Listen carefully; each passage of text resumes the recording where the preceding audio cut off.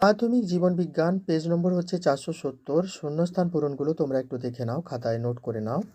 Dash হরমোনের অধিক ক্ষরণে Cushing বর্ণিত রোগ হয়। সঠিক উত্তর হবে এখানে ACTH, অ্যাড্রিনো কর্টিকোট্রফিক হরমোন, ACTH। পরের প্রশ্ন, মানব মস্তিষ্কের 3 স্তর বিশিষ্ট ঝিল্লি আবরণীকে একত্রে ড্যাশ বলে। সঠিক উত্তর হবে মেনিনজেস। পরের প্রশ্ন, উদ্ভিদ কোষে মাইটোসিস বিভাজনে ব্যামতন্তু গঠন করে সাইটোপ্লাজমের যে বস্তু তাকে বলে ড্যাশ। সঠিক উত্তর হবে মাইক্রোটিউবিউল, মাইক্রোটিউবিউল।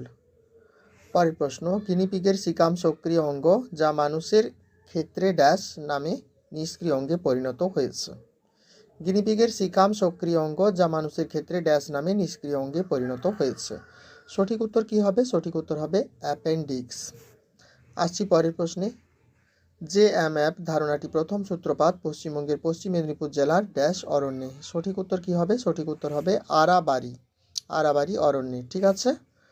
আচ্ছা, BBRR জিনোটাইপ যুক্ত গিনিপিগ থেকে ড্যাশ প্রকার গ্যামেট উৎপন্ন হয়। সঠিক উত্তর কি হবে? সঠিক উত্তর হবে 4 প্রকার গ্যামেট উৎপন্ন হয়।